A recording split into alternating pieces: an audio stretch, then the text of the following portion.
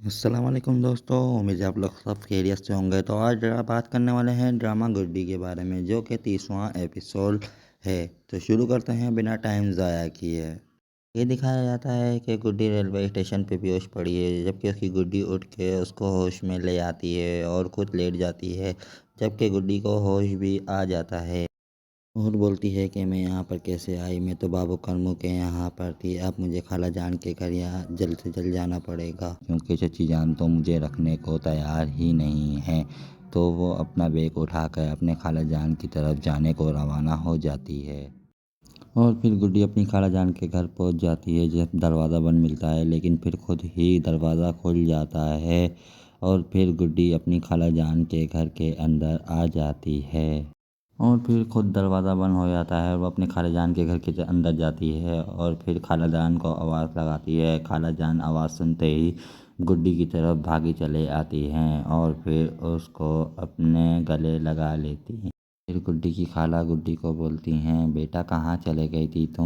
تمہارے لیے کتنے پریشان تھے ہم، میں بھی بہت اداس تھی اور آپ لوگوں کو یاد کر کر کے روتی تھی، لیکن جب میں آپ لوگوں کے گھر آئی تو آپ لوگ گھر پہ تھے ہی نہیں۔ تو پھر خالہ جان بولتی ہیں کہ بیٹا رک کر انتظار کرنا تھا نا آپ کو۔ پھر گڈی بولتی ہے کہ خالہ جان میں نے انتظار کیا تھا لیکن آپ لوگ آئے ہی نہیں، اتنے میں گڈی کے خالو بھی آ جاتے ہیں اور بولتے ہیں کہ عشرت ناشتہ ابھی تک بنایا ہی نہیں،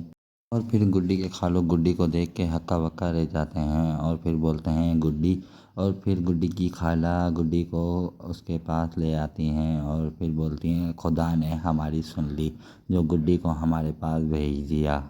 اور پھر گڈی کے خالو گڈی سے پوچھتے ہیں کہ کہاں تھی تم؟ پھر گڈی جواب دیتی ہے کرمو بابو کے گھر پر تھی، اور پھر وہ کچی آبادی ہے نا، وہاں ہے ان کا گھر، اور پھر خالو پوچھتے ہیں کہ وہاں کیسے پہنچی، اور پھر گڈی جواب دیتی ہے کہ چچی جان آپ لوگوں کے گھر کے پاس مجھے چھوڑ کر چلے گئی تھی، میں آپ کا انتظار کر رہی تھی لیکن آپ لوگ آئے ہی نہیں۔ پھر گڈی کے خالو گڈی سے پوچھتے ہیں کہ تم ہمارے گھر تک کیسے پہنچی، تمہیں تو ہمارے گھر کا پتہ ہی نہیں تھا نا۔ تو پھر گڈی جواب دیتی ہے کہ آپ لوگوں کے گھر کے پاس جو پارک ہے نا اس کا پتہ تھا، اس کی وجہ سے میں یہاں تک پوچھتے پوچھتے آ گئی۔ اور پھر گڈی کے خالو پوچھتے ہیں کرمو کہاں ہے، اور پھر گڈی جواب دیتی ہے پتہ نہیں، اور پھر گڈی کی خالہ بولتی ہیں بس بھی کریں آپ کہ آپ پولیس والوں کی طرح پوچھ تاچھ کرنے لگ گئے ہیں گڈی سے۔ ہاں ہاں اسے اچھا سا ناشتہ کراؤ، دیکھو کتنی دبلی پتلی ہو گئی ہے وہ، میں تو خدا سے شکر ادا کر رہا تھا کہ گڈی مل گئی، ورنہ میں اپنے آپ کو کبھی معاف نہیں کر پاتا۔ اور پھر گڈی کی خالہ بولتی ہیں آپ کا بہت بہت شکریہ، گڈی کو ڈھونڈنے میں آپ نے کوئی کسر نہیں چھوڑی، آپ نے دن رات ایک کر دیا، اور پتہ نہیں میں آپ کے احسان کا بدلہ کیسے اتاروں گی۔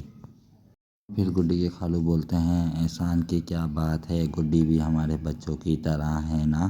اور پھر گڈی کی خالہ بولتی ہیں کہ منہ ہاتھ دھو لو، میں آپ کو ناشتہ دیتی ہوں ابھی، اور ابھی سب بچے آ جائیں گے۔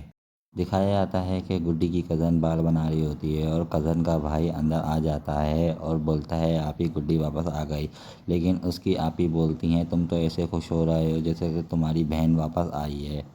اور پھر ایسی ویڈیو کے لیے ہمارے چینل کو سبسکرائب کریں اور ساتھ ہی ساتھ بیل آئیکن کو دبائیں تاکہ اس سے آنے والی ویڈیو کی نوٹیفیکیشن آپ تک پہنچ سکے۔ اللہ حافظ۔